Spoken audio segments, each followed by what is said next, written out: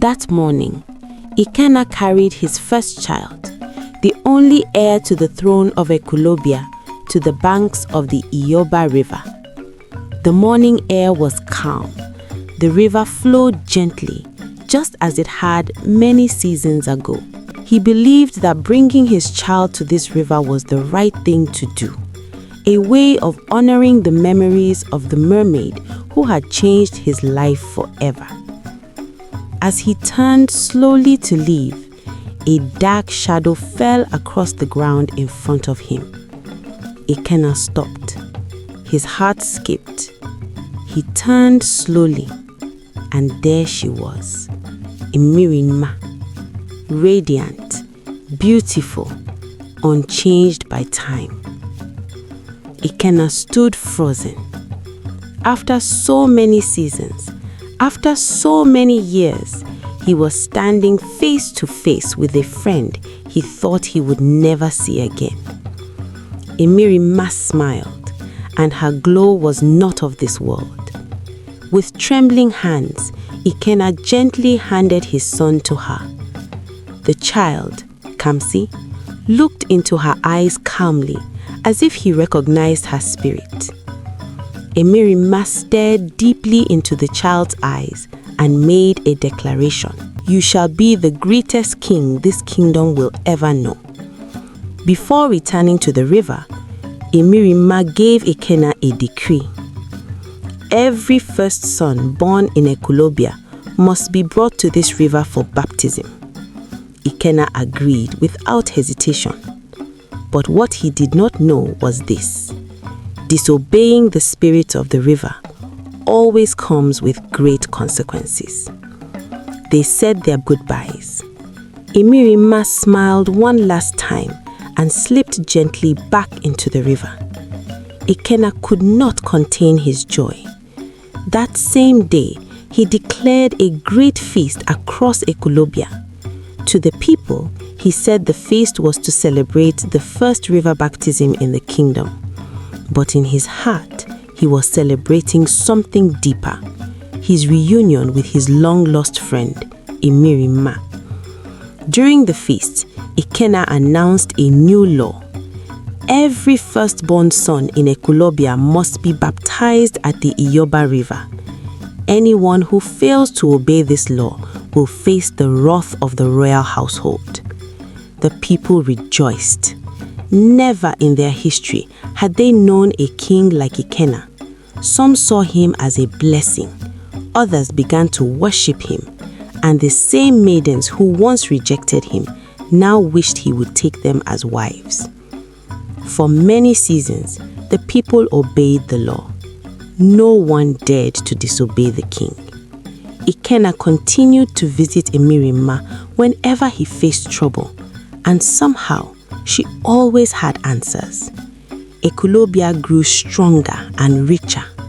Other towns envied them. Everything felt perfect, or so it seemed.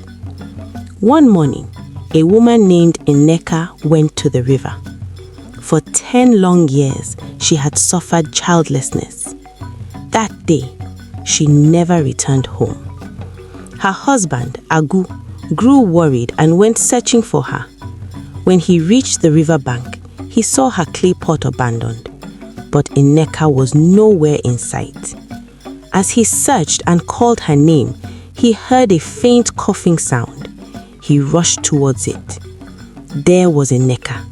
She had tried to drown herself, but the Iyioba River was known never to take one of its own. The river had spat her back onto the shore. When Nneka saw Agu, she broke down in tears. She blamed herself for not giving him a child, and even though Agu had refused to take another wife, the pain had become too heavy. Agu ran to her, held her tightly, and reassured her. "The gods will bless us," he said, and the river listened. As they turned to leave, Mmiri Mma appeared before them. She told them not to be afraid. She looked at Nneka and said, "You shall conceive. You will bear a daughter, and you shall call her Iyioba Mma." Then she turned to Agu. I will bless you with riches beyond imagination, but on no account must you use the blessings of the river to harm or oppress anyone." The couple thanked her and returned home with joy. Months later, Nneka became pregnant. Agu became wealthy. His palm wine became famous. People traveled from far and near just to buy from him. Then Mma was born. She was beautiful. She was intelligent. She brought peace into their home. But with wealth and fame, something inside Agu changed. They say money reveals the true heart of a man. Agu began to acquire lands everywhere. If he wanted your land, you might as well forget it. Until he met Chuka. Chuka was a humble farmer. His land was his only inheritance. When Agu tried to buy it, he refused. Again and again, he said no. This angered Agu. Their dispute reached King Ikenna. Ikenna ruled that Agu must stay away from the land.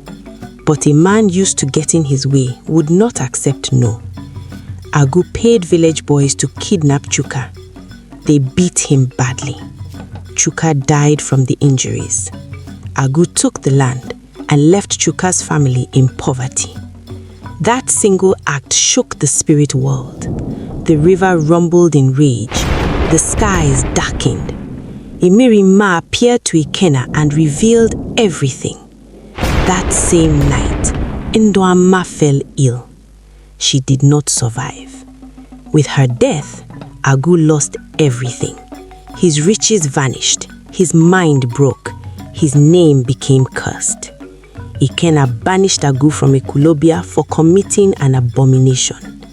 And so, that was how Agu betrayed the mermaid who saved his life and lost everything forever.